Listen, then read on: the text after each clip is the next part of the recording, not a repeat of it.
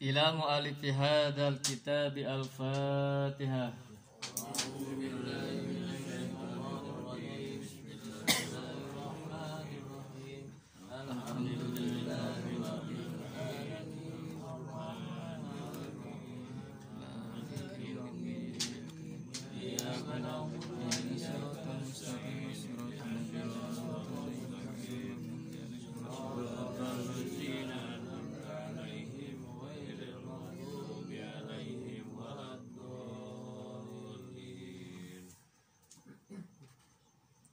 Bismillahirrahmanirrahim. Qala musannifu rahimahullah wa nafa'ana bihi wa bi ulumihi fid dharain.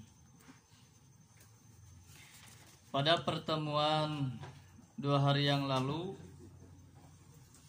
telah dibahas tentang pembatal wudu yang pertama, yaitu apapun yang keluar dari 2 kemaluan, baik kubul maupun dubur, itu semua membatalkan wudu kecuali air mani menurut Imam Ar-Rafi'i.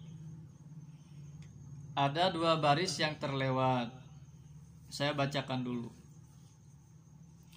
Wali anna naqda bimithli ma waradat bihi sunnatu. Maksudnya pembatal wudu seperti contoh-contoh yang telah diterangkan oleh hadis ghairu ma'qulil makna, itu disebut dengan ghairu ma'qulil makna. Maksudnya tidak bisa dilogikakan gitu, tidak bisa dinalar. Nah itu bet ngebatalkan wudu gitu. Kenapa buang angin bisa membatalkan wudu? Yang keluarnya dari dubur, yang dicucinya muka kan gitu. Nah, ini disebut dengan ghairu ma'qulil makna. Atau bersentuhan kulit dengan yang bukan mahram, perempuan bukan mahram, bukan sanes muhrim Pak, mahram. Itu membatalkan wudu. Atau menyentuh kemaluan. Kenapa menyentuh kemaluan harus wudu lagi? Atau membatalkan wudu, itu tidak bisa dilogikakan, tidak bisa dinalar, mual kahartiku akal. Sebab ta'abudi. Contoh, kenapa sholat duhur 4 rakaat gitu.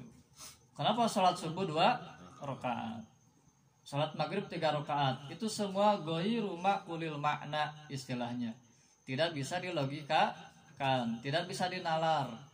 Jadi Kang Ujang ulah abang kena kergetol sholat lohor 8 rakaat. Cenah leuwih loba leuwih alus gitu. Anu aya lain diganyar eta mah dibebek mungkin. Tah nu kitu disebutkeun bid'ah teh. Eta mah bid'ah dolalah jelas gitu mah. Fala yasihul qiyasu alaih, maka tidak sah adanya kias di dalam perkara-perkara yang ta'abbudi gitu. Saya tidak akan bahas kias karena akan terlalu panjang nanti. Wali annal khuruja minas sabilaini, karena apa yang keluar dari 2 jalan gitu. Maksudnya kubul dan dubur, lahu khususiyatun, mempunyai kekhususan, la tujadu fi ghairihima, yang tidak akan ditemukan atau tidak akan ditemui pada selain keduanya. Wallahu a'lam. Maksudnya apa yang keluar dari 2 jalan itu mempunyai kekhususan khusus gitu itu mah. Makanya berbeda ketika contoh misalkan darah ketika keluar dari kubul atau dubur itu membatalkan wudu. Tetapi ketika darah itu keluar dari selain 2 jalan tidak membatalkan wudu. Contohnya dibekam atau fasdu. Nah, itu sudah diterangkan kan, fasdu itu mengeluarkan darah melalui urat gitu. Diketrok-trok gitu biasa nama mancer eta teh getih nanti. Kemudian bekam, darah itu kan najis. Tapi dicuci bekas bekamnya, tidak wudu lagi gitu. Tidak membatalkan wudu. Nah itu yang dimaksud dengan 2 jalan atau 2 palawangan gitu, mempunyai kekhususan. Nah kemudian yang kedua yang membatalkan wudu adalah wan naumu ala ghairi hayatil mutamakkini minal ardi maq'adahu. Tidur tanpa, maksudnya begini, wan naumu ala ghairi hayatil mutamakkini, tidur dalam keadaan tidak mutamakin. Maksudnya mutamakin itu netep gitu, mantap, duduk yang tidak mantap gitu. Kumaha nya dah saya ngabahasakeun mantap nanti emangnya orang kudu persiapan loh tek gitu. Tapi bisa ada maksudnya teh kieu, jadi ketika kita duduk susah buang angin gitu kan. Soalnya lamun orang pernah tuh orang ninggal lamun aya kanu motor misalkan di lampu merah sok anu kita nih kita ngangkat salah sahijina tah eta teh supaya naon hayang keluar angin. Karena ketika duduk itu apa lubang dubur itu tertutup gitu kan, tertutup rapat. Nah duduk yang tidak mantap, tidur dalam keadaan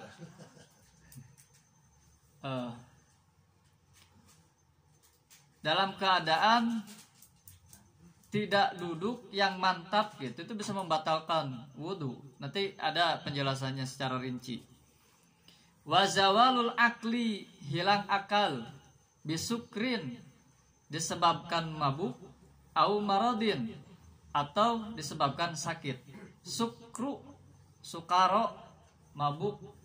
Kadai ayah sukron, ayah syukron. Lamun syakaro, kusa, itu terima kasih. Lamun kusin, sakaro, mabuk. Mata kurang ulah soal Arab. Sukron, sukron, mabuk, mabuk. Lain sukron, tapi syukron, kusa gitu.